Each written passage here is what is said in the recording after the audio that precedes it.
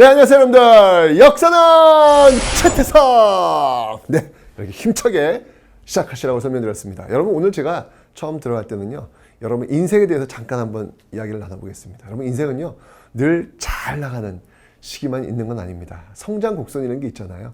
처음부터 쭉 열심히 올라가다가 어느 순간에 전성기에 이르게 될 겁니다. 그 전성기가 오래 가느냐? 절대 오래 가지 않습니다. 그 전성기는 바로 내리막길의 출발점이라는 사실을 여러분들이 잊으시면 안 되겠습니다. 그래서 내려오겠죠? 이게 바로 인생의 성장 곡선이에요. 선생님 마찬가지예요. 선생님은 제가 볼 때는 지금 전성기 지나가고 있는 것 같아요. 네, 이제 내려가야죠. 여러분들 그거 아세요? 내려갈 때도 잘 내려가야 합니다. 잘 내려가지 못하면 이제까지 힘들게 올라왔던 그 모든 것들이 묻히고 추한 모습으로 마무리될 수 있다는 사실, 역사에서 이건 굉장히 많이 이야기해주고 있습니다. 자, 여러분, 사람의 인생도 그렇지만 역사도 마찬가지입니다. 한 나라의 역사도요, 출발할 때가 있으면 전성기가 있고 그 전성기가 끝나면 결국은 내리막길로 간다는 것. 여러분, 역사는요, 사람을 닮았습니다. 왜요? 역사는 사람들이 만든 그 시간의 덩어리이기 때문이죠. 자, 오늘 여러분들 바로 그렇게 한 나라의 흥망성쇠가 어떤 모습으로 이루어지는지 여러분 인생과 비교하시면서 한번 출발해 보도록 하겠습니다. 여러분은 지금 올라가는 시기입니다.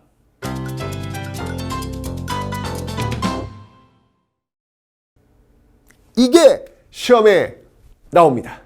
자, 여러분 이 강은요, 삼국시대인데요. 이 삼국시대에서 이제 한 문항이 나옵니다. 많게는 두 문항이 나올 수도 있습니다. 자, 여기서는 어떤 시험 문제가 나오냐면요, 정말 가장 어려운 문제가 나온다고 보시면 돼요. 가나 사이에 있었던 사실로 옳은 것은, 이거 완전 단골 문제로 나옵니다. 그러니까 사료를요, 가하고 나를 준 다음에 그 사이에 어떤 일이 있었을까, 이런 문제를 냈는데, 그러면 가와 나가 뭐가 되겠느냐? 이거는요, 삼국이잖아요. 세 나라의 관계를 설정하는 모습들을 보여줍니다. 뭐 예를 든다면 장수왕이 평양천도했다, 가. 그 다음에 뭐 백제가 웅진으로 천도했다, 나. 이렇게 주는 거예요. 그러면 가나 사이식에 있었던 사실로 옳은 것은, 고르는 정답지 뭘까요? 장수왕이 한성을 점령했다. 뭐 이런 식의 문제가 나온다는 얘기죠. 그래서 여러분들 이 부분을 공부할 때는요, 반드시 삼국 간의 관계, 그리고 그 시간의 흐름을 정확하게 기억하셔야 합니다.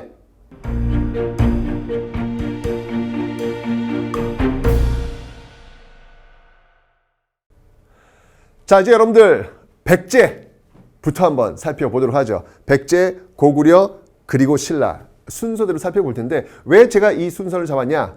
감 오시죠? 가장 먼저 전성기를 이루었던 나라들 순서입니다. 백제 전성기 4세기, 고구려의 전성기 5세기, 신라의 전성기 6세기, 4, 5, 6. 바로 이러한 전성기를 먼저 도달했던 나라, 그 순서대로 한번 살펴보고자 합니다. 첫 번째 나라가 바로 4세기 전성기를 이끌었던 바로 이 백제에 대해서 한번 살펴볼 텐데, 자, 보세요 한번 여러분. 이게 바로 백제의 성장 곡선이다 라는 겁니다. 여러분 딱 요 모습만 보셔도, 요때 누구 왕, 요때 이거, 요때 이거, 이런 느낌이 오셔야 되는데, 아직 감 안 오시죠? 하나씩 한번 채워보도록 하겠습니다. 자, 먼저 여러분들 이 백제의 어떤 나라, 고대 국가의 기틀, 여러분 그 전 단계는요, 우리 배웠습니다. 여러 나라의 성장. 그 중에서 여러분들 여러 나라의 성장, 왕이 있었던 단계를 우린 연맹왕국, 왜 부여와 고구려의 오부족 연맹이라는 거 배우셨잖아요. 왕은 있어요. 하지만 왕권이 강하진 않았던 오부족 연맹. 자, 이제 좀 더 시간이 흘러가서 이제 여러분들 기원 후로 넘어오는 거예요. 기원 후 그 여러 나라들 중에서 강력한 세력을 갖추게 된 나라들이 등장하니, 그 나라들이 바로 삼국이더라. 어떤 나라들? 고구려, 백제, 신라, 이런 나라들이 등장하게 되는 것이죠. 즉 고대 국가의 기틀, 고대 국가는요, 연맹 왕국에 비해서 왕권이 좀 더 강한 그런 모습들을 보이게 됩니다. 자, 그 백제, 고대 국가의 기틀, 연맹 왕국 단계에서 이제 더 나아가서 고대 국가의 기틀을 잡아냈던 그 왕이 누구인지, 그 왕부터 한번 출발해 보도록 하겠습니다. 자, 그 왕은요, 누구냐면요, 네, 두둔둔, 쭌쭌쭌쭌쭌쭌, 네, 바로 고이왕이라고 있습니다. 고이왕. 자, 이 고이왕 때 이 고대 국가의 기틀을 잡아내는 모습들. 자, 그럼 고대국가의 기틀이 뭘까요? 뭔가 좀 왕을 중심으로 서열이 딱 잡혀지는 거예요. 서열. 왕 옷 색깔, 신하들의 옷 색깔 다르겠죠. 신하들도 나름대로의 서열이 있겠죠. 이런 서열을 딱 잡아놓고 왕권을 강화시키는 그런 모습들, 고대국가의 기틀의 한 모습이라고 볼 수 있겠습니다. 그래서 우리는 뭐라고 하냐면요. 관등.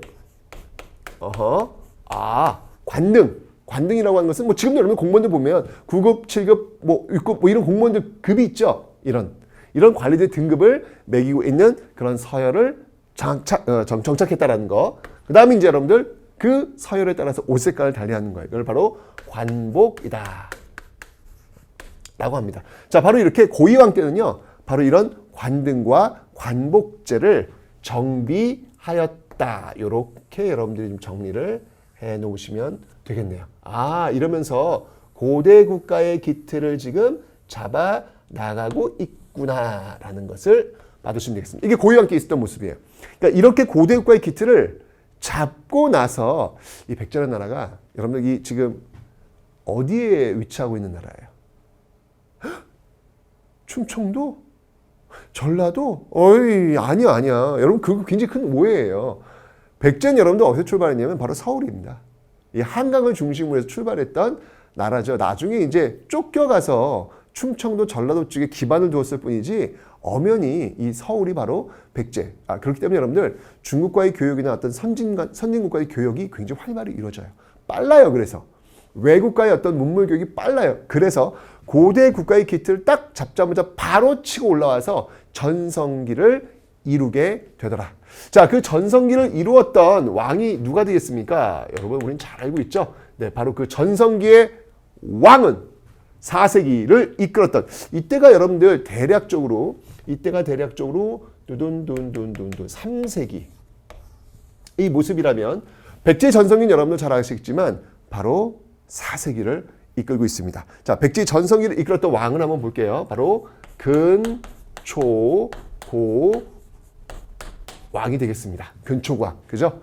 자, 이 근초고왕이 무엇을 했을지를 한번 좀 살펴볼 텐데, 자, 근초고왕이 우선 근초고왕은 여러분들 이제 백제 정복군주예요. 각 국의 정복군주들이 있는데 영토를 엄청 넓히는 그런 모습들을 볼 수 있습니다. 그래서 이 근초고왕의 이 백제가 진출했던 지역들을 보면요. 예를 들면 뭐 요서라든지, 그 다음에 규슈라든지, 일본이죠. 이런 지역에 진출하는 그런 모습들이 나타나고 있더라고요. 특히 여러분들 이제 일본이 있잖아요. 이 일본의 진출의 어떤 그 근거를 보여주는 게 있어요. 그게 뭐가 있냐면 바로 칠지도라는 게 있습니다. 칠지도라는 게 있습니다. 그러니까 이 칠지도라고 하는 건 여러분들 그 7개의 가지 형태로 나와 있는 칼이에요. 요즘 여러분들 일본 애니메이션에 보면 로봇들이 들고 나오는 칼들 보면요.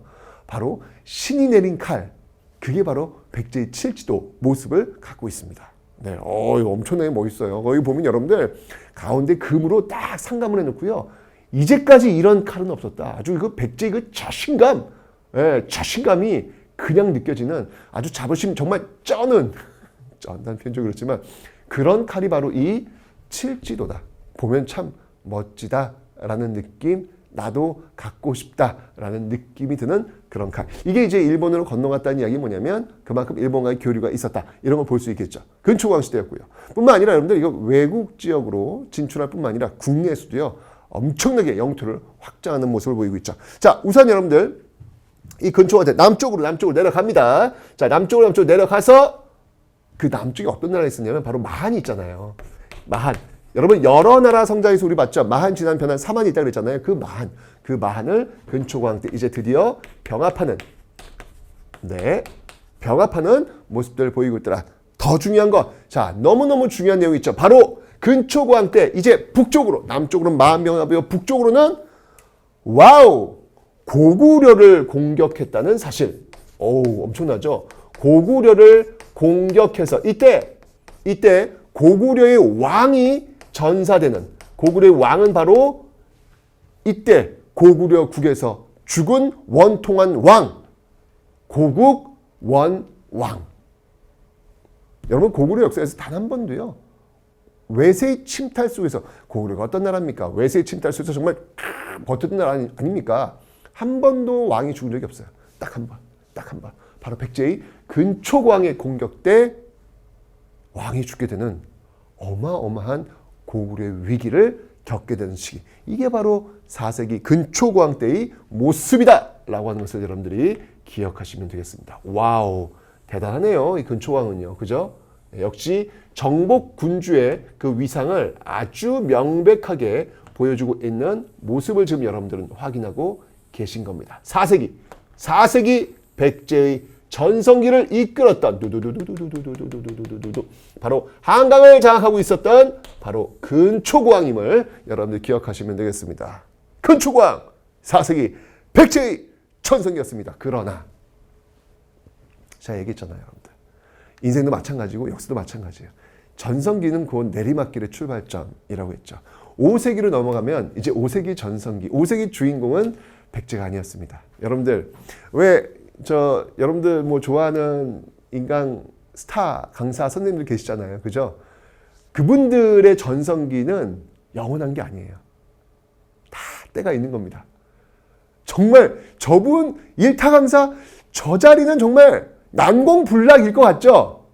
그렇지 않아요. 네. 또 시간이 흘러가면 또 물러날 수밖에 없는 것. 이게 여러분들 인생이고 이게 바로 역사예요. 그런 것들을 잘 알고 있는 사람이 내려올 때 잘 내려오는 겁니다. 아셨죠, 여러분들? 자, 백제도 여러분들, 와우, 5세기 주인공이 아니라니까요. 자, 5세기 주인공은 누구였냐면요. 예, 바로 고구려였습니다. 아까 제가 4세기는 백제, 5세기는 고구려, 6세기는 신라라고 그랬잖아요. 자, 그래서, 와우. 자, 이 고구려가 밀고 내려옵니다. 이 고구려가 밀고 내려옵니다. 위기예요. 예, 백제로서는 위기입니다. 이렇게 고구려가 쭉쭉쭉 남쪽으로 밀고 내려오니까 어느 왕이? 바로 고구려의 장수왕이 되겠죠. 이때 이 고구려의 어느 왕인지 여러분 기억을 좀 해놓으셔야 돼요. 고구려의 장수왕. 야, 이 고구려에서는 여러분들 복수해야죠. 왜? 백제가 자신의 왕 고국 원왕을 죽였잖아요. 복수해야죠. 바로 이 고구려 장수왕 때 밀고 내려오면서 바로 그 복수전의 한 모습이 보여지더라라는 거 기억을 해놓으시면 되겠습니다. 와우, 이렇게 고구려가 막 쭉쭉쭉쭉 그냥 성장하고 있으니까 5세기 정상하고 있으니까 백제는 위기예요. 그래서 이 위기를 타개하기 위해서 바로 이제 항상 여러분들 위기가 있으면 다른 나라 손잡는 거예요. 이때 백제는 누구와? 신라와. 왜냐면 밑에 있는 나라가 신라와 백제잖아. 그러니까 밀고 내려오니까 우리 손잡자, 야 무섭다, 야 이렇게 나올 거 아니에요, 그죠? 자, 그러면서 이때 이제 나제 동맹을 이때 나지 동맹을 체결하는 그런 모습들도 보이게 되는 거예요. 하지만 그럼에도 불구하고 쭉쭉 밀고 내려옵니다. 결국은 이렇게 밀고 쭉쭉 내려오니까 결국 이 고구려 장수왕 남한 정책에 의해서 백제의 수도였던 한성이 함락됩니다. 한성의 함락. 으아. 자, 이 한성에서 도읍을 옮기는 거예요. 어디로 옮길까요? 쭉 이동. 네, 바로 우리가 잘 알고 있는 공주. 이 당시에 뭐로 불렸냐면 바로 웅진. 네, 웅진으로 천도하게 되는 모습이 바로 이런 배경에서 나타나게 되더라. 이게 몇 세기다? 네, 바로 이게 바로 5세기 모습이었습니다. 자, 여러분들 시험에 정말로 잘 나오는 라인이에요. 진짜 시험에 잘 나온 라인이에요. 이게 진짜 중요하니까 반드시 여러분들 기억을 해 놓으셔야 합니다. 가나 사이에 있었던 사실을 옳은 것은 아주 전형적인 문제의 바닥이 바로 이 바닥이라는 거. 아시죠, 여러분들? 그 삼국과의 역학관계가 지금 다 연결되고 있잖아요. 신라 등장했죠. 백제들이 고구려 다 등장하고 있잖아. 5세기는 이런 식입니다. 아시죠? 자, 이렇게 되면서 백제는 위기에 처하면서 웅진으로 가 있는 모습. 이 위기를 극복하려고 노력했던 왕이 있으니 그 왕이 누구다? 뚜둔. 그 왕이 바로 무령왕이 되겠습니다. 그 왕이 바로 무령왕이 되겠습니다. 무령왕. 이 무령왕은요, 일단 여러분들 왕이 지금 쫓겨나왔어. 왕권이 강하겠어? 약하겠어? 약하겠죠. 쟤 뭐니? 쟤 뭐야? 쫓긴 거야? 진 거야? 이럴 거 아니에요.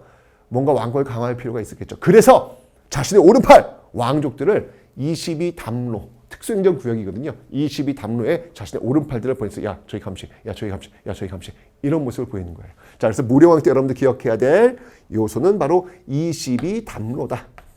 22담로다. 라고 하는 사실 일단 기억해 놓으시면 되고요. 그다음에 이제 무령왕 하면 이제 뭐니 해도 여러분들 무덤이죠. 그 자신의 무덤. 네, 바로 벽돌 무덤이 되겠습니다. 이 무덤이 벽돌, 자신의 무덤이 벽돌 무덤 형태인데요. 이 벽돌 무덤은 뭘 보여주고 있는 거냐면 바로 이 벽돌 무덤은 중국의 무덤 형태예요. 그러니까 이건 뭐냐면 중국과의 교류를 보여주고 있는, 예, 바로 중국과의 교류를 보여주고 있는 근거, 하나의 증거가 바로 이 무령왕릉이다라는 것이죠. 공주에 가야 볼 수 있습니다. 부여가 아닙니다. 한성이 아닙니다. 공주 웅진에 가면 무령왕릉을 볼 수 있다. 여러분들 무령왕은 어디서 태어난지 아세요? 네, 무령왕의 고향은 일본이에요. 네, 일본 작은 섬에서 태어났습니다. 어찌 본다면 제일교포세요. 제일교포 이분께서 이제 오셔가지고 네, 왕이 되신 겁니다. 자, 어쨌건 무령왕 여러분들 기억을 좀 해 놓으시면 되겠습니다. 자, 이렇게 해서 무언가 지금 이 위기 상황을 한번 극복해 보려고 했던 이 무령왕. 이 무령왕. 자, 이제 수습이 된 거예요. 어느 정도 수습이 되니까 이제 다시 옛 백제의 영화, 백제의 꿈 이걸 한번 그려보고 싶은 마음이 있겠죠. 자, 그러면서 등장했던 왕이 있습니다. 그 왕이 누구냐면 뜨든 바로 백제의 성왕입니다. 자, 백제의 성왕입니다. 자, 이 백제의 성왕은요, 백제를 다시 일으키자! 그래서 백제의 중흥을 꿈꾸게 됩니다. 네, 백제의 중흥을 꿈꿔서요, 도읍을 옮겨요. 웅진은 이제 급하게 쫓겨내려온 곳이잖아. 그러니까 좁아요. 그래서 옮깁니다. 좀 넓은 평야가 있는 바로 사비부여로 옮기는 거예요. 네, 사비부여로 옮기고요. 그리고 이름도 이제 남부여. 남쪽에 있는 부여다. 왜냐면 여러분들 고구려는 부여에서 내려온 사람이 세운 나라잖아요. 부여에 주몽이 내려와서 세운 나라가 고구려. 그러니까 이 고구려의 어떤 그 정통성 출발은 부여란 말이죠. 근데 이 주몽의 아들이 세운 나라가 어떤 나라예요? 이 나라가 바로 백제잖아요. 그러니까 모두 고구려와 이 백제의 어떤 뿌리라고 하는 부여거든요. 그 자신의 어떤 그 뿌리 원조를 이야기하는 그런 모습들이 바로 여기 보이고 있는 것이죠. 이게 바로 성왕 때의 모습입니다. 자, 이러면서 나제 동맹이 있었으니까 신라와 다시 손잡고 드디어 자신의 도읍지 출발지였던 한강! 이 한강을 되찾는 듯 했습니다. 그런데 이게 웬일입니까? 약 한 120년 동안 나제 동맹을 통해 가지고 정말 그 절친이었던 신라가 뒤통수를 때립니다. 배신을 한 거예요. 그렇게 해서 한강을 되찾았더니 신라가 낼름! 빠이빠이 이건 우리 거라고 가져가 버린 거예요. 여러분들 이런 친구 사귀면 안 됩니다. 나쁜 친구죠. 그런데 이거는 개인 대 개인의 관계가 아니잖아요. 국가 대 국가의 관계잖아요. 그죠? 이렇게 되면 외교는 또 이럴 수 있잖아요. 저 국익을 위해서는 뭔들 못하겠습니까? 그죠? 자, 이렇게 되면서 결국 성왕은 분노했고 그 분노한 성왕과 신라는 한판 붙게 됩니다. 그 전투가 무엇이다? 바로 관산성 전투라는 겁니다. 그 전투가 바로 관산성 전투. 이 성왕과 싸웠던 그 파트너가 누구였냐면 바로 진흥왕이에요. 진흥왕. 신라의 전성기를 이끌었던 진흥왕. 이 진흥왕에 의해서 어떻게 될까요? 이 성왕은 결국 전사하게 됩니다. 어떡해. 그러니까 이 백제왕은 고구려 장수왕 때에 의해서 이 백제의 그 계로왕이 전사하고 그리고 또 신라와의 싸움에서 또 성왕도 전사하는 모습들, 장수왕에 의해서 계로왕이 전사하고 바로 이 진흥왕에 의해서 성왕이 전사하는 이런 좀 비극을 좀 갖고 있는 그런 나라가 바로 백제입니다. 이게 이제 몇 세기의 어떤 모습들이냐면요. 이게 이제 6세기의 상황이더라. 네, 6세기의 상황이더라라는 겁니다. 자, 결국은 이런 어떤 그 위기 속에서 결국은 이제 급격히 무너지게 될 겁니다. 물론 이제 그 와중에도 여러분들 다시 한번 일어나려는 노력이 있었어요. 그 왕이 누구였냐면 무왕이라든지 또는 뭐 서동이 있잖아요. 서동에 무왕이라든지 또는 의자왕이 있었는데 하지만 신라와 당의 연합에 의해서 와르르르르 밀고 들어오니까 뭐 정신이 없었던 듯합니다. 결국 7세기죠. 예, 7세기 660년이 되겠습니다. 바로 이때 바로 이 나당 연합에 의해서 나당 연합에 의해서 결국은 백제는 멸망하게 되는 모습들. 하지만 여러분들 이 백제가요 이렇게 쉽게 무너지는 나라는 아니었죠. 이건 뭐 고구려도 마찬가지지만 저력이 있잖아요. 이게 몇백 년 동안 이어져 온 나라였으니까 끝까지 그렇죠. 여러분들 이렇게 왜 여러분들도 맨 마지막 그 수능 당일날 그 전날 그래도 뭔가 그래 내가 수험생인데 자 이제까지 공부를 안 했으면 이번만이라도 뭔가 어떤 그 마지막에도 저력을 보여주려고 하잖아요. 똑같습니다. 다 똑같아요. 백제도 이 무너지는 이 순간에 있었던 저력의 운동이 있었죠. 그 저력의 운동이 뭐였냐면 바로 백제 멸망 이후에 직후에 있었던 바로 백제 부흥 운동이 있습니다. 자, 이 백제 부흥 운동을 한번 살펴보도록 하겠습니다. 백제의 부흥 운동. 백제 부흥 운동. 자, 이 백제 부흥 운동을 이끌었던 인물들이 있어요. 그 인물들을 한번 좀 여러분들이 주목하셔야 될 텐데 어떤 인물이냐면 자, 이런 이름이 나오면 아, 백제 부흥 운동과 관련된 인물이구나라고 여러분 놓치지 않으시면 됩니다. 흑도복. 선생님 왜 그러세요? 흑도복이라뇨? 흑도복, 흑도복. 네, 네, 바로 흑치상지, 도침, 복신 이런 인물들, 흑도복. 네, 이런 인물들이 나오면 백제 부흥 운동과 관련이 있다라는 걸 기억하시면 되고요. 또 하나 우리가 주목할 게 뭐냐면. 바로 이때 여러분들 그 일본이 엄청나게 백제를 도와줘요. 정말 일본이 어떤 정권의 명운을 걸고 어마어마한 배를 보내가지고 이 백제를 도와주려고 한단 말이죠. 독특하죠, 여러분들. 도대체 백제와 일본의 관계는 뭘까요? 어떤 관계일까요? 왜 백제를 멸망한 나라야? 멸망한 나라를 왜 자신의 그 정권을 걸고 도와주려고 했을까? 무언가가 있구나라는 거 알 수 있겠죠. 이 전투를 우리는 뭐라고 하냐면요. 바로 백강전투라고 합니다. 백강전투에서 일본이 엄청난 도움을 주는 모습들도 있더라라는 사실. 자, 바로 이게 백제 부흥 운동의 모습이었는데요. 하지만 결국은 백제는 더 이상 힘을 필 수가 없었다라는 사실.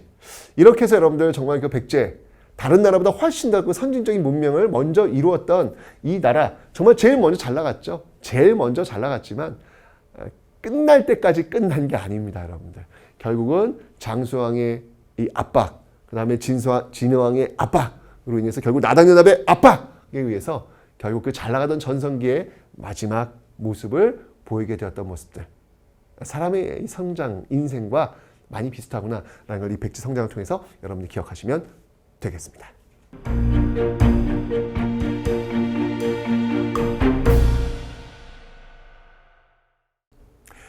자, 이제 고구려입니다.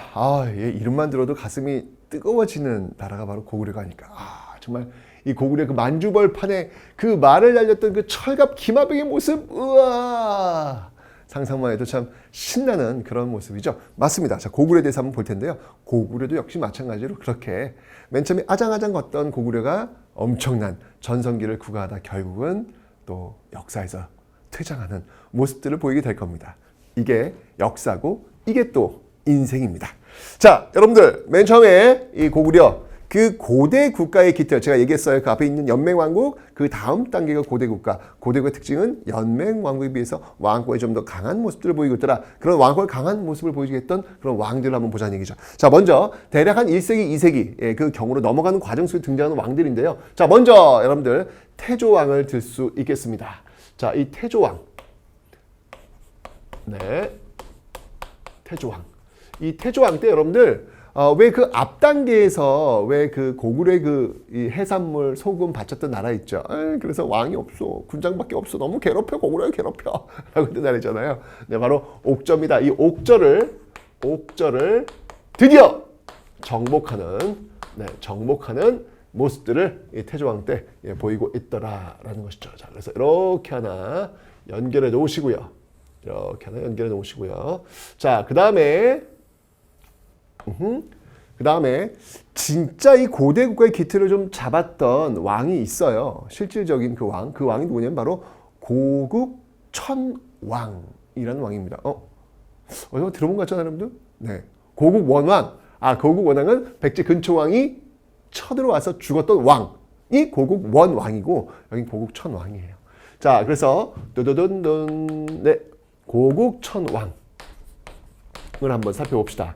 자, 이 고대 국가, 실질적으로 이 고구려의 고대 국가의 기틀을 잡은 왕인데 어떤 모습을 통해서 했냐면, 먼저 자, 오부. 자, 이 오부를요, 행정적 단위의 오부로 바꿔놨어요. 자, 이게 무슨 말인지 설명드릴게요. 여러분들 왜 그 앞단계 여러 나라 성장에서 고구려 오부족 연맹체를 배웠잖아요. 그죠? 왕이 있고 여러 가들이 다스리는 지역이 있다라고 했는데, 이때만 해도 이 오부라고 하는 것은요, 각각의 지역의 어떤 자치적 특징을 갖고 있었던, 왕은 상징적 존재였던 그런 모습이다라고 설명드렸잖아요. 그래서 그들이 모여서 하는 게 바로 제가회의다 설명드렸잖아요. 자, 그런데 이 고국천왕은요, 왕권을 강화시키기 위해서 그 여러 가들이 다스리고 있는 그 지역들을 하나의 고구려의 영토 속에 편입을 시켜버린 거예요. 그래서 오부를 행정적 단위로 바꾼 거예요. 여러분들 지금 경상도, 전라도, 충청도 있습니다. 자, 이거 대한민국이라고 하는 틀 속에 들어와 있는 행정구역이잖아요. 경상도 공화국, 전라도 공화국, 충청 이러지 않잖아요. 그죠? 이런 식으로 행정적 단위의 오부로 개편했던 게 바로 고국천왕. 오호, 고대국의 기틀 잡는 거 맞네. 자, 뿐만 아니라 이 당시 여러분들 어떤 빈민구유제도의 어떤 효시라고 볼 수 있는, 기록상 효시라고 볼 수 있는 제도를 또 하나 이 고국천이 시행합니다. 그게 뭐였냐면 바로 진대법이라는 거예요. 진대법. 네. 이 바로 이제 을파소를 통해서, 진대법은 뭐냐면요, 봄에 곡식을 빌려주고 가을에 갚도록 하는 거예요. 빈민구유제도인데, 바로 이런 것들을 바로 고국천왕 때 시행하면서 어쨌건 백성들에 대해서, 그리고 시스템에 대해서 어떤 고대국의 기틀을 잡아 놓으려고 노력했던 왕이 바로 이 고국천왕이다라는 것을 기억하시면 되겠습니다. 자, 이렇게 해서 이 고구려가 이제 틀이 잡혀가죠. 그러면 이제 잡혔으니까 백제도 지금 고이왕 때 이렇게 지금 틀을 잡아놨으니까 잘 나갔잖아요. 그죠? 자, 요때가 이제 주로 몇 세기쯤 될까요? 동동동동동동동동동동동동동동동 주로 1세기, 2세기 넘어오는 그 과도기 2세기 단계라고 보시면 되겠습니다. 2세기 단계라고 보시면 되겠습니다. 자, 잘 나가야죠, 이제. 그죠? 그래서 이때 되면요, 그 쭉 시간 흘러가지고 좀 어려운 시도 있었지만 요 시가 되면요, 바바바바밤 다다다다다 어떤 왕이 등장하냐면 미천왕이 등장을 해요. 소금장사 미천왕. 미천한 출신이에요. 그런 사람이 이렇게 좀 어려운 시기를 겪고 나서 이렇게 왕이 되면 좀 다르긴 한 것 같아요. 자, 어느 왕이 있냐면 바로 미천왕이 등장합니다. 미천왕. 이 미천왕 때 당시 여러분들 왜 그 앞에서 고조선이 멸망하잖아요. 그죠? 그리고 뭘 세웠다? 한사군을 세웠다. 그죠? 바로 그 한사군 중에서 낭랑이 있어요. 낭랑, 진번, 임둔, 대돈 이렇게 4군이 있는데, 이것을 바로 이 미천왕 때 낭랑을 축출하는 이 모습들이 이때 나타나고 있더라. 이게 바로 이제 미천왕 때의 모습들. 와, 좋아요. 잘 나가는 듯 합니다. 좋아요. 잘 나가는 듯 한데, 이게 웬일입니까? 잘 나가는 모습이 보이자마자 위기가 옵니다. 그 위기 여러분들 잘 알고 계시죠? 네, 바로 4세기. 4세기는 여러분 고구려의 시기가 아니었어요. 4세기는 바로 백제의 시기였죠. 바로 백제가 쳐들어오게 됩니다. 누군가요? 바로 백제의, 그렇죠, 근초고왕.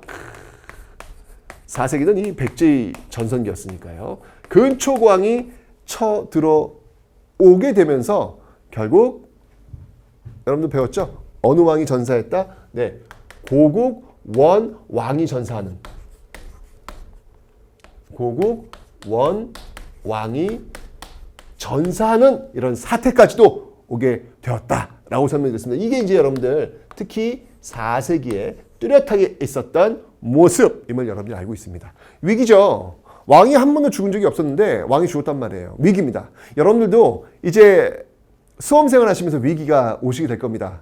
네, 제가 볼 땐 대략 한 4월 달쯤이 될 것 같습니다. 봄바람이 불면서 여러분들이 인생은 무엇인가라고 하는 내가 왜 이래야 되는 거라는 어떤 그런 고민을 하시게 될 텐데 제가 그래서 여러분들 그 첫 마음을 이 심장 속에 기억해 두시라라고 말씀드렸던 게 뭐냐면 그 힘들 때 꺼내 보셔야죠. 아마 그랬던 것 같아요. 이 힘든 시기에 주저앉지 않고 무너지지 않고 다시 이것을 끌어올렸던 왕이 있어요. 전 사실은 광개토 태왕, 장수왕, 그렇죠. 백제 고구려 전성기를 이끌었던 왕들이긴 하지만 저는 이 왕들보다 더 중요한 왕이 있다. 바로 그렇게 전성기를 이끌어낼 수 있었던 그 기틀을 다져놓았던 그 위기의 순간에 무너지지 말자, 힘내자, 할 수 있다를 보여줬던 왕. 그 왕이 전 더 의미가 있지 않을까라는 생각이 듭니다. 그 왕이 누구냐면 바로 소수림 왕이 되겠습니다. 자, 그래서 소수리 왕 이야기를 한번 좀 해보도록 하겠습니다. 과연 이 소수리 왕은 어떤 모습들을 보였는지 한번 보도록 하죠. 도도도돈돈돈. 자, 소수리 왕, 소수림 왕입니다. 자, 소수림 왕은요, 말 그대로 여러분들 위기 상황 속에서 버텨내는 방법은요, 딱 하나예요. 바꿔, 모든 걸 다 바꿔. 네, 별거 나오고 있죠, 여러분들. 바꾸는 거예요. 변화입니다. 개혁입니다. 여러분들이 많이 힘들고 어려울 때 여러분들이 그걸 타개해 나가는 방법은요. 이제까지 여러분 해왔던 모습들을 한번 바꿔내려고 이 앙다물고 한번 바꿔내는 모습들.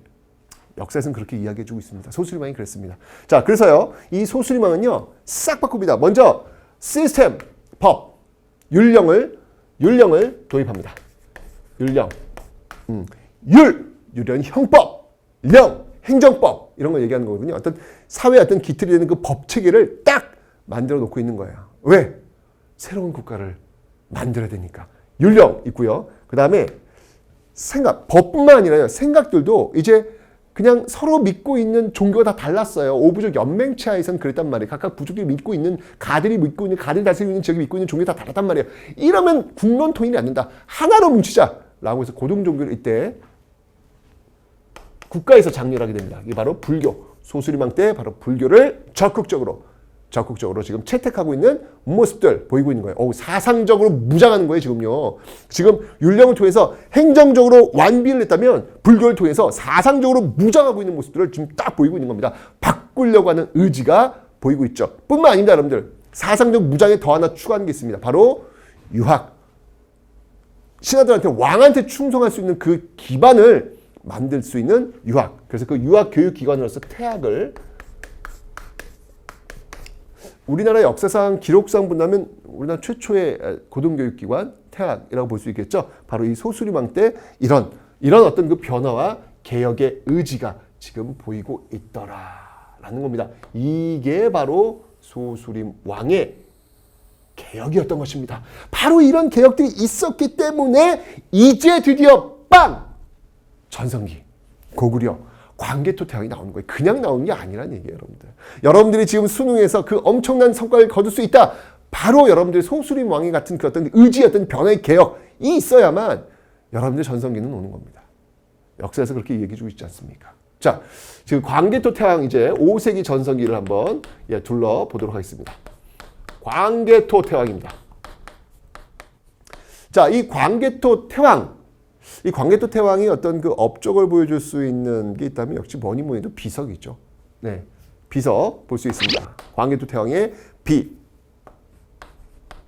여기 보면요, 와, 영토를 엄청나게 확장하고 있는 어떤 그런 모습들 다 기록되어 있습니다. 뿐만 아니라 여러분들 특히 이 광개토 태왕이 남쪽 지역, 특히 신라나 백제 이쪽에 영향력을 끼쳤다라고 보여준 또 근거가 또 있어요. 그게 뭐냐면 바로 호우명 그릇이라는 겁니다. 호우명 그릇. 바로 신라 호우총이라는 그 무덤에서 나온 그릇이에요. 신라 경주에서 나왔거든요. 호우총 경주에 있어요. 와, 대박. 열었는데 이렇게 그릇이 있는데 그 그릇 밑바닥에 광개토 태왕의 이름이 등장하는 거예요. 신라 무덤인데? 그건 뭐냐면 그만큼 광개토 태왕의 영향력이 신라에까지 미치고 있었음을 보여줄 수 있는 아주 중요한 근거가 되는 것이죠. 그건 왜 그런지는 제가 조금 이따 다시 한번 설명을 드리도록 하겠습니다. 어쨌건 광개토 태왕, 영토 확장, 그리고 남쪽으로 영향력을 행사했던 그 모습들 이렇게 확인할 수가 있겠습니다. 자, 그리고 그의 아들이 그 바톤을 이어받게 됩니다. 자, 그 아들은 누구였습니까? 바로 장수왕이 되겠죠. 자, 장수왕. 왜 이름이 장수왕일까요? 뭐 어렵지 않습니다. 네, 장수하셨기 때문에 장수왕입니다. 네, 거의 100세 가까이 사신 분이에요. 네, 엄청나게 그 비결이 뭘까? 이게 가능한가? 이 고대에 이게 쉽지 않거든요, 여러분들. 네, 어쨌건 이 장수왕 여러분 잘 알고 있죠? 예, 장수왕은요, 예, 밑으로 남아 해서 도읍을 국내성에서 어디로 옮깁니까? 바로 평양으로 천도합니다. 천도, 예, 국내성에서 어디로? 바로 평양으로 천도하는 모습들. 국내성에서 평양으로 천도하는 모습들. 왜? 남하 정책을 피기 위해서 쭉쭉 밀고 내려가죠. 이 과정에서 어떻게 합니까? 맞습니다. 바로 백제의 한성을 점령하는. 이것 때문에 어떻게 돼요? 이것 때문에 결국 백제는 도읍을 웅진으로 옮기게 되지 않습니까? 우리 앞에서 백제에서 배웠습니다. 자, 그리고 더 밀고 내려가요. 더 쭉쭉쭉쭉쭉 밀고 나서 충주예요. 여러분, 충주에 고구려 비석을 땅 세웁니다. 충주 고구려 비석. 엄청 내려왔네요. 엄청 내려왔어요. 충주 고구려 비. 네, 이런 것들이 바로 장수왕의 남하 정책의 그 영향, 결과들이다라고 하는 사실을 여러분들이 기억하시면 되겠습니다. 네, 바로 이 장수왕 때의 모습들. 대단한 나라예요, 고구려는요. 그죠? 그리고 요게 이제 주로 여러분들 고구려 전성기라고 할 수 있는 5세기. 네, 5세기에 펼쳐지고 있는 모습들입니다. 그러나 위기는 계속 와요. 이렇게 크게 있으니까 여러분 그건 아셔야 돼요. 고구려가 이렇게 잘 나갔던 이 시기가 중국은 어떤 시기냐면 분열기였어요. 네, 위진 남북조 시대. 그러니까 잘 나갔던 시기, 와 대단이라는 건에만 그치면 안 되고 그 주변 국가를 좀 봐야죠. 예, 중국이 분열기였습니다. 그런데 그 분열기가 끝나고 이제 통일기로 접어듭니다. 이러면 이제 위기가 오는 거예요. 바로 그 중국을 통일시켰던 나라가 어떤 나라예요? 위진남북을 통일시켰던 나라가 바로 수나라잖아요. 그 수나라가 고구려를 가만히 둘 리가 없는 거예요. 얘들 뭔데 얘들 여기서 지금 떵떵거리냐? 있을 수 없지. 라고 해서 결국 수가 쳐들어오게 됩니다. 자, 근데 여러분들 이 수가 쳐들어오게 되는데요. 이게 고구려의 저력이 정말 대단한 것 같아요. 수가 이렇게 쳐들어왔지만 우리는 알고 있습니다. 이거를 물리칩니다. 그 대첩이 뭔가요? 네, 바로 살수대첩. 살수대첩. 와, 살수대첩. 누가 활용을 합니까? 우리 잘 알고 있죠? 바로 을지문덕. 결국 여러분들 이 수나라는요, 무리한 이 고구려 원정, 이것도 멸망의 한 원인이에요. 이런 무리한 그 고구려의 그 공격으로 인해서 수는 결국 단명하게 되는 것이죠. 하지만 수가 단명했다고 해서 끝난 게 아니었어요. 또 그 수의 뒤를 이어서 어떤 나라가 쳐들어옵니까? 이번엔 또 당나라가 쳐들어오네. 진짜 고구려 정말 대단한 나라예요. 자, 당이 쳐들어옵니다. 자, 하지만 이 당을 또 물리칩니다. 누가? 바로 안시성 싸움에서. 안시성 싸움에서. 여러분들 이때 이 당이 쳐들어왔는데 이때 왕이 누구였냐면 당태종이에요. 여러분 당태종은요, 중국 역사, 우리나라에서 왜 제일 유명한 왕 하면 누구예요? 세종대왕이죠. 그런 인물이에요. 중국인들한테 당태종은 엄청나게 유명한, 엄청 존경받는 그런 왕인데 이 안시성 싸움에서 도망가기 급급했던 그 주랭랑 치고 있는 그 모습을 당태종이 보이게 됩니다. 그게 바로 고구려입니다. 대단한 나라죠. 네, 안시성 싸움. 이때 이제 여러분들 이 안시성 싸움을 있었던 그 당시에 저때 권력자가 누구였냐면요, 바로 연개소문입니다. 연개소문. 안시성 주가 뭐 양만춘이다 뭐라는 이야기가 있는데요. 그거는 이제 전해지는 이야기고요. 누군지는 정확히 기록은 없습니다. 하지만 이 당시 어떤 정권의 어떤 실세는 바로 연개소문이다라는 것을 여러분들 기억을 좀 해놓으시면 되겠습니다. 여러분 그리고 또 하나 기억할 게 뭐냐면요. 이때요. 이 안시성 싸움 그 직전에 이 연개소문이 쿠데타를 일으켜요. 쿠데타를 일으켜가지고 성을 하나 쌓습니다. 네, 이 성을 하나 쌓아요. 이 성이 뭐냐면 이게 바로 천리장성이라는 천리장성이라는 성을 또 하나 당나라의 어떤 침입을 막기 위해서 이렇게 쌓는 어떤 그런 모습들도 있음을 여러분들 기억을 좀 해놓으시면 되겠습니다. 됐죠? 자, 그러나 결국은 우리가 잘 알고 있죠. 여기 역사는 이게 스포일러예요. 이게 스포일러야, 스포일러. 우리 너무 잘 알아. 이렇게 막 싸우고 있는데 정말 잘하고 있어. 저 고구려 와치냐? 하지만 우리는 그 끝을 알고 있단 말이에요. 너무 슬퍼. 그죠? 네, 바로 나당연합. 나당연합에 의해서 결국 또 무너지게 됩니다. 네, 결국 이 나당연합에 의해서 무너지게 되는 모습들. 이게 바로 668년의 모습이었죠.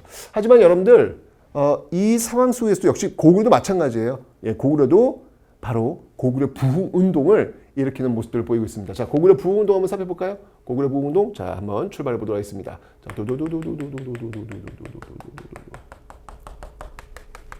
자, 이게 이제 7세기 모습인데요. 네, 7세기 모습인데 고구려 멸망 직후에 바로 고구려 부흥운동이 전개가 되고 있습니다. 자, 고구려 부흥운동을 한번 살펴보도록 하죠. 자, 고구려 부흥운동을 활약했던 고구려 부흥운동에서 활약했던 인물. 아까 배역제 부흥운동은 여러분 제가 흑도복이라고 했잖아요. 그죠? 고구려 부흥운동에서는 또 어떤 인물들이 등장하는지 볼게요. 자, 고구려 부흥운동에서는요. 네, 바로 삼연승! 예! 삼연승! 네. 자, 그 삼연승이 누구냐면요. 이렇게 하면 될 것 같아요. 네. 안승. 삼연승이 건모잠부터 가야 되겠다. 건모잠. 삼. 그 다음에 연승. 네. 바로, 안승이 되겠습니다. 고연무. 삼연승. 안승. 네. 요런 인물들. 그래서 건모잠, 고연무, 안승, 삼연승. 뭐, 요런 인물들이 나오면, 이건 바로 고구려 부흥운동과 관련된 인물들이구나라고 여러분들이 이해를 좀 해놓으시면 되겠습니다. 됐죠? 자, 이런 인물들. 하지만 여러분들 이제 최종적으로 고구려는 결국 이렇게 무너지게 되었습니다. 정말 정말 이 광개토태왕과 장수왕의 어떤 뭐 정말 이 잘 나갔던 그 전성기의 이 나라가 삼국의 주인공이었다면 우리의 역사는 또 어떻게 바뀔지 참 궁금해요. 그죠?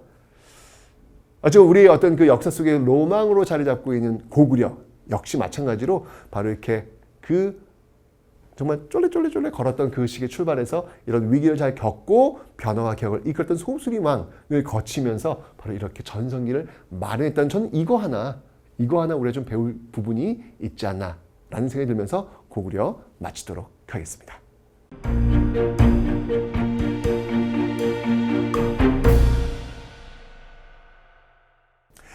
자, 이제 신라입니다. 신라 학생들이 별로 안 좋아해요.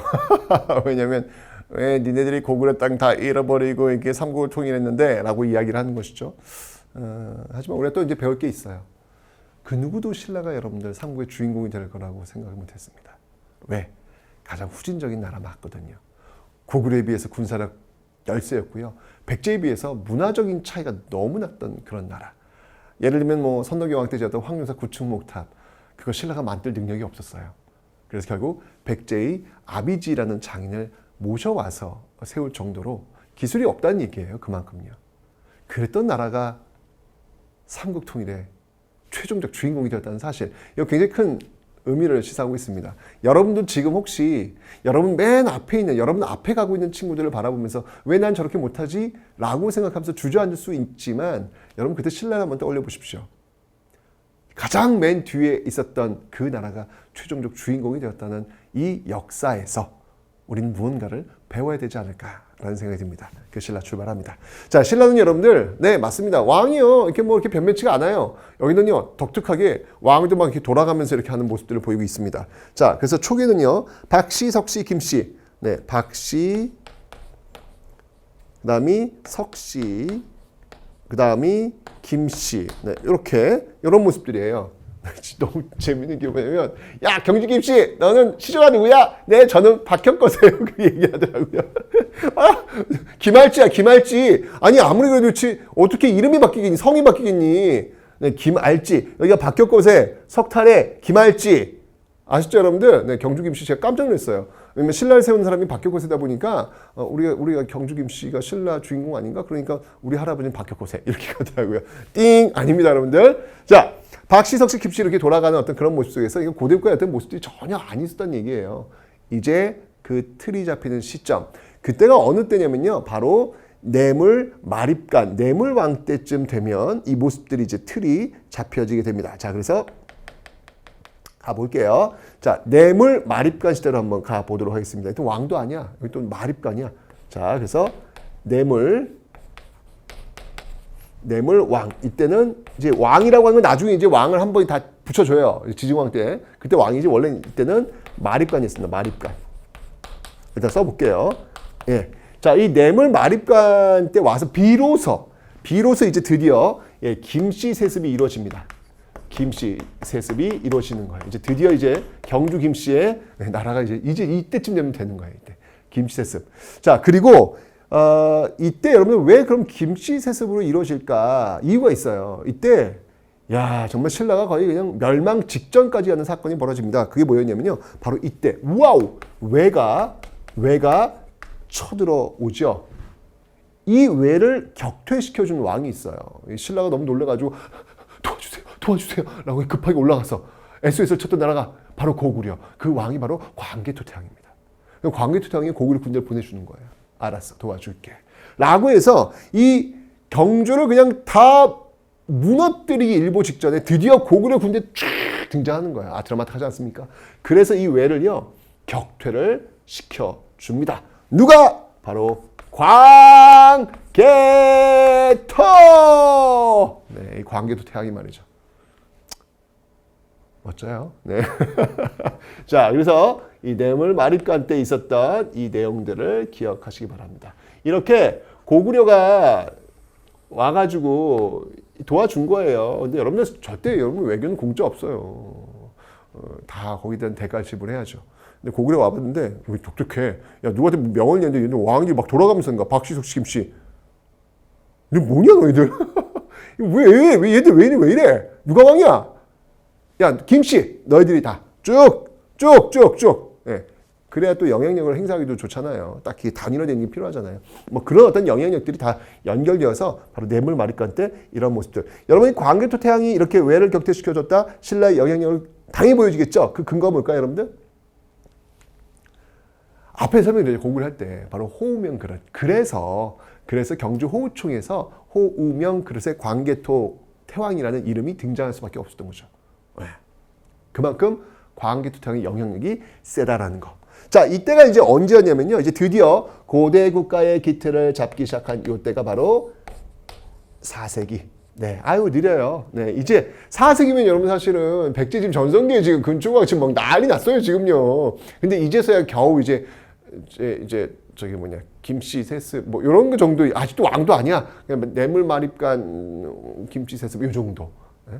이런 모습들 가장 후진적인 어떤 그런 모습들을 보이고 있더라. 느려요. 그리고요 한참 가야 돼. 한참 가서 6세기쯤 와서 비로소 이제 개혁들이 이루어지기 시작합니다. 전성기를 만들려면 개혁, 끊임없는 변화가 필요하다라고 제가 강조했지 않습니까? 자, 그 개혁 군주를 한번 보도록 할게요. 자, 6세기쯤 가야 돼요. 예, 한참 뒤로 가야 되는데 그 첫 번째 왕이 누구냐면요, 바로 지증왕입니다. 지증왕. 자, 이 지증왕은요, 네, 이 지증왕이 말로 정말 바꿔 모든 걸 다 바꿔. 네, 또 이 왕이에요. 자, 일단 야 우리도 이제 왕이라는 이름을 쓰자. 우리는 왜 마립간이냐? 다른 나라는 다 왕인데 왜 우리만 마립간이냐? 우리 왕 쓰자. 라고 해서 이때부터 왕. 야, 그리고 우리도 이제 국호 좀 갖자. 야, 고구려, 백제 멋지잖아. 근데 왜 우리는 무슨 서라벌 뭐 이래 이거? 우리도 국호 갖자. 이때부터 신라예요.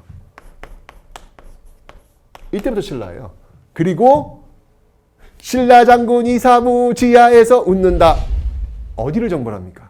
우산국이잖아요. 우산국. 이게 바로 지증왕 때예요. 우산국 정벌. 이러면 이제 독도가 울릉도가 편입되는 그런 모습들이 나타나게 되는 것이죠. 오케이. 자, 그다음에 여러분들 버풍왕입니다. 버풍왕. 기억할 또 다른 개혁군주, 우리가 기억해야 될 또 다른 개혁군주, 예, 바로 버풍왕이 있습니다. 버풍왕. 자, 우선 이 버풍왕은 두둔 고구려의 개혁군주가 누구였죠, 여러분들? 소수리망. 법 시스템, 사상적 무장 한다 그랬잖아요. 그래서 버풍왕은 똑같아요. 먼저 율령을 만납니다. 율령. 뭔가 어떤 통치 시스템의 어떤 정비 이런 것들이 필요했던 거예요. 율령. 소수리망은 똑같아. 그러면서 여기서 플러스 골품제도 정비합니다. 골품제도 정비하는 그런 모습들을 보이고 있습니다. 좋아요. 그러니까 뭐냐면 신라 여러분들 신라 지배층 내부에 그 신문제도가 있어요. 독특한 신문제도가 있는데 그게 골과 품입니다. 골에 해당하는 게 경주 김씨들이고요. 품에 해당하는 거 저희 집안, 경주 최씨 집안, 육두품 뭐 이렇게. 우리 육두품은 아무리 능력이 되게 똑똑한 집안 저희 집안이거든요. 경주 최씨가 우리 할아버지 시조 최치원. 네. 그럼에도 불구하고 아무리 능력이 뛰어나도 그 경주 김씨가 취하자고 있는 왕족 그리고 고위 관료직에 올라갈 수가 없어요. 폐쇄적 신분제 사회, 골품제 뭐 이런 것들을 정비했던 게 바로 이 버풍왕이다라는 얘기죠. 우리 아버지가 열받아 가지고 결국 산속으로 들어가셔서 산신이 됐다는 얘기죠. 우리 아버지 불쌍해 죽겠어. 네. 버풍왕이었습니다. 자, 그리고 이 버풍왕은요 사상적 무장 불교. 소수림은 똑같아요. 소수림은 똑같아요. 그래서 이때 바로 또 불교를 공인하는 모습들이 있는데 이때 여러분들 저항이 만만치 않았던 것 같아요. 그래서 2차돈의 순교, 2차돈의 목을 탁 뺐더니 목에서 흰 피가 쫙 나오고 하늘에선 꽃가루가 쫙 날렸더라. 제가 볼 때 이거 완벽한 퍼포먼스입니다. 버풍왕이 야 차돈아 네가 희생양이 돼야 되겠다. 야, 불교를 믿으려면 뭐가 좀 기적을 보여야 되지 않겠니? 너가 우유를 머금고 있어라. 내가 시녀들을 시켜서 지붕 위에서 꽃가루를 뿌릴 테니까 너의 목을 벤 순간 흰피가 뿌 뿜어나오고 그때 꽃가루를 뿌린다. 뭐 이런 게 아니었을까라는 생각이 들어요. 어쨌건 버풍왕의 2차돈 순교 계기에서 불교를 또 공인하는 그런 모습들 보세요. 지금 지증왕 버풍왕을 통해 가지고 신라가 지금 틀이 잡혀지는 개혁 완전히 싹 바뀌는 모습도 보이잖아요. 그죠? 바로 이런 변화와 개혁을 바탕으로 해서 이제 드디어 전성기를 이루게 되는 겁니다. 제가 늘 이야기했지만 전성기는 이렇게 오는 거예요. 예, 전성기는 이렇게 오는 겁니다. 자, 그 전성기를 이끌었던 왕이 누구다? 그 왕이 바로 진흥왕이 되겠습니다. 바로 진흥왕. 신라의 전성기를 이끌었던 왕 아닙니까? 자, 드디어 신라는요. 신라는 여러분들 드디어 한강을 확보하게 됩니다. 이 엄청난 거죠, 여러분들. 이제까지 한강의 주인공은 백제였습니다. 4세기는 백제가 한강의 주인공이었죠. 5세기 한강의 주인공은 누구였습니까? 고구려였습니다. 언감생심 어디 감히 신라가 한강을 차지할 생각을 합니까? 근데 6세기 와서 드디어 진흥왕 때 한강을 차지합니다. 어떻게?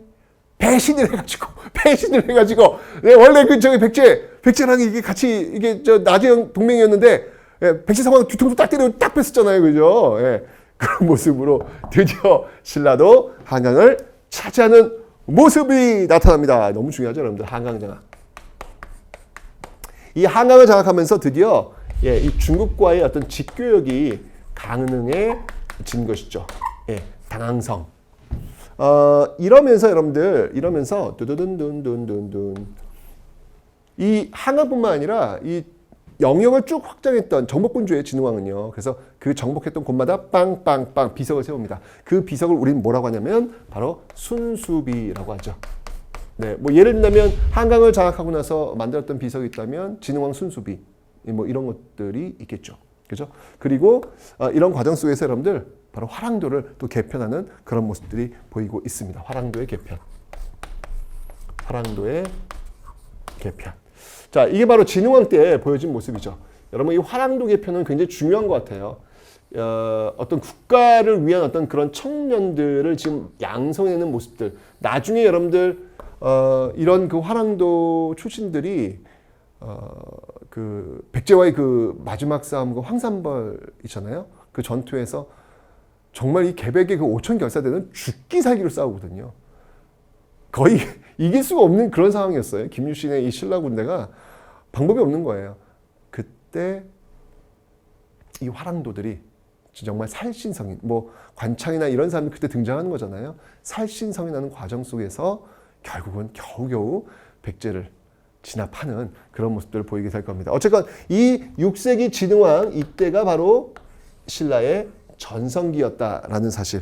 네, 이때는 바로 신라의 전성기 상황이 되겠습니다. 좀 앞쪽으로 다시 한번 가볼까요, 여러분들? 다시 한번 얘기하지만, 네, 고구려의 전성기는 몇 세기라고 그랬어요? 제가 5세기라고 설명드렸고, 그죠? 그 다음에 백제의 전성기는 몇 세기라고 설명드렸어요?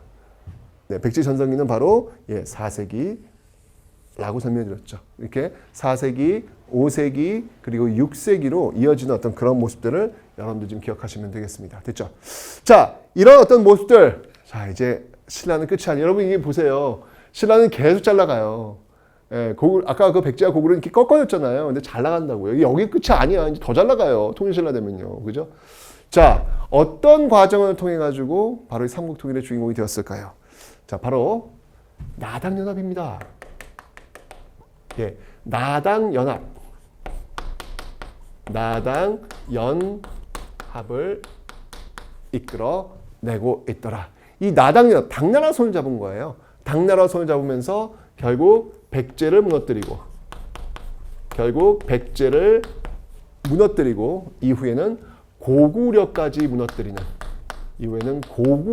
무너뜨리는 놀라운 저력을 보여주고 있더라라는 얘기죠.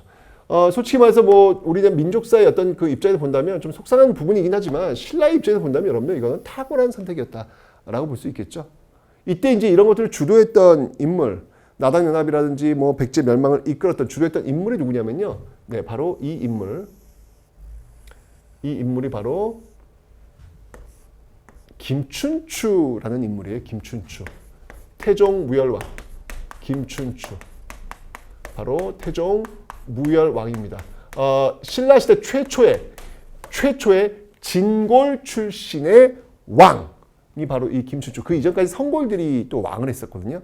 근데 성골이 이제 대가 딱 끊기면서 이제 이후에 최초의 진골 출신의 왕 김춘추가 그 뒤를 이어 나가게 되는 것입니다. 자, 이러면서 이게 딱 만들어졌고, 여러분 백제 멸망의 어떤 그 마지막 전투 제가 뭐라 그랬죠? 백제 멸망의 그 전투, 황산벌 전투. 이 황산벌 전투에서 그 활약했던 인물이 누구예요? 바로 백제에서는 개백, 그죠? 네. 이 황산벌 전투에서 승리를 하면서 결국 백제를 무너뜨렸다. 라는 제가 설명을 드렸습니다. 자, 바로 이렇게 나당연합이 딱 끝나는데, 이거 뭐야? 당나라가 욕심을 부리는 거예요. 당나라 분명히 약속했거든. 김춘추랑 만약에, 이 고구려 백제 무너뜨리는 말이야. 고구려 땅은 우리 당나라가, 그리고 백제 땅은 너희들이 가져.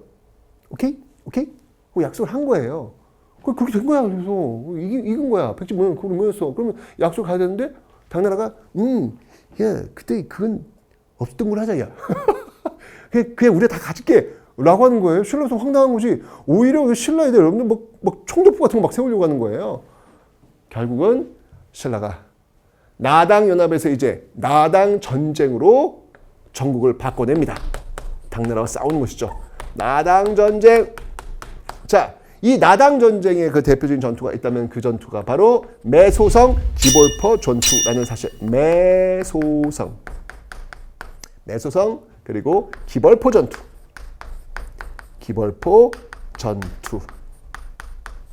하여튼 매소성 기벌포 이 말만 나오면 이건 무조건 나당 전쟁이라는 사실을 여러분들 기억을 해 놓으시면 되겠습니다. 나당 전쟁을 이끌고 있더라. 그리고 이 나당 전쟁에서 승리하면서 드디어 삼국 통일을 드디어 이루어내게 되는 겁니다. 자, 삼국 통일을 이뤄냈던 그 왕은 누굴까요? 네, 그 왕은 바로 문무왕이에요. 김춘추의 아들, 문무왕. 이 문무왕이 왜 나중에 정말 이 사람은 참 대단한 사람이에요. 네, 나중에 죽어서까지도 이게 돌아가시면 이제 퇴직을 하셔야 되는데 퇴직하고 나서도 내가 죽어서도 내가 이 나라 정말 내가 이 삼국을 통일하는데 정말 얼마나 고생해. 내가 끝까지 지킬 거야. 라고 해가지고 내가 죽어서도 용이 되어서 지키겠다. 라는 그런 이야기를 하잖아요. 바로 그래서 이 문무왕, 나 죽어서 용이 되어서 동해바다를 지키리. 라고 이야기했던 그 왕이 바로 이 문무왕이 되겠습니다. 그래서 문무왕의 아들이 되어 신문왕이에요. 통일신라 신문왕. 그래서 그 아버지의 어떤 이 마음을 하기 위해서 경주의 그 가문사지라는 그 또 절을 짓기도 하는 모습들을 보이고 있습니다. 자, 이렇게 해서 결국은 가장 후진적 나라였던 신라가 결국 삼국을 통일하게 되는 엄청난 역사의 기적을 써냈다. 이 기적만큼은 여러분도 배울 필요가 있겠다라는 말로 마무리하도록 하겠습니다.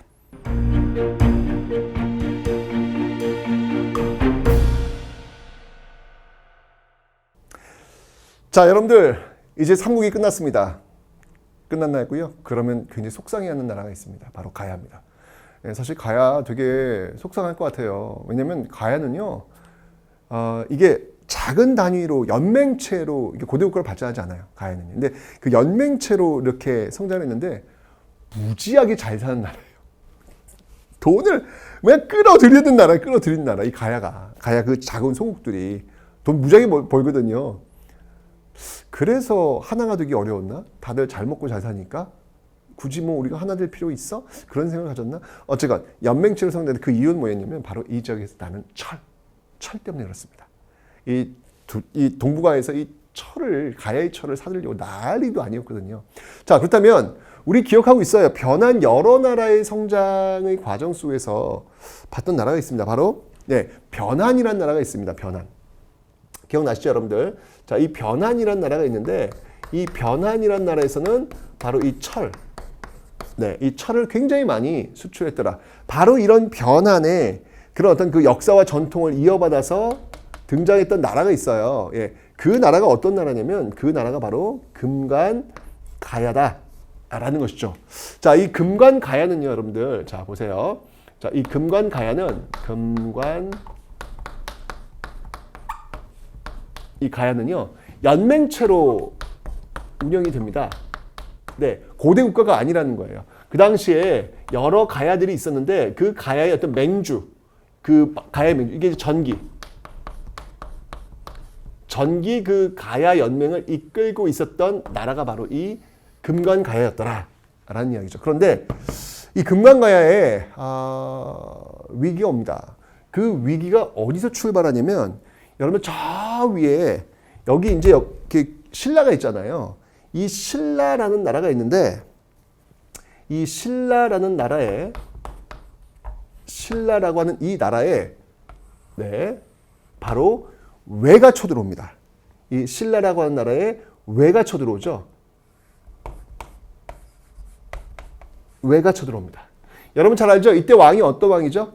이때 왕이 신라의 이때 왕 바로 뇌물 마립간이라는 사실을 우리는 잘 알고 있습니다. 자, 이렇게 지금 쳐들어오게 되는데 이때 이 왜와 함께 손을 잡았던 그 나라가 바로 이 금관가야였습니다. 이 금관가야도 연결이 되어 있어요. 이 왜와 연결이 되어 있습니다. 왜냐하면 이 왜가 이 금관가야에 있는 철 있잖아요. 철을 수입하기 위해서 굉장히 많이 들어와 있었거든요. 그들과 손잡고 이렇게 신라를 이렇게 공격하는 어떤 그런 모습들. 이때 이 신라가 도와주세요 라고 누구한테 SOS 보내요. 바로 고구려 아닙니까? 고구려. 이때 왕이 누구였죠, 여러분들? 광개토 태왕이었습니다. 광개토 태왕. 도와주세요. 뇌물을 이만큼. 뇌물왕이 그러는 거예요. 말도 안 되지만 어쨌건 도와주세요라고 SOS를 치는 거예요. SOS를 치는 거예요. 도와주세요. 제발 도와주세요라고 SOS를 딱 치니까 이 고구려 이 광개토 태왕이 군대를 보낸단 말이에요. 그래서 쭉 그래서 쭉 군대를 보내가지고 이 왜를 빠방 하고 격퇴를 시켜요. 왜를 격퇴를 시킵니다. 격퇴를 시키고 더 나아가서 여러분들 이 왜가 많이 있었던 곳 바로 이 금관가야까지도 공격을 하는 모습들이 보이고 있다라는 얘기예요. 금관가야가 그래서 휘청해요. 예, 휘청합니다.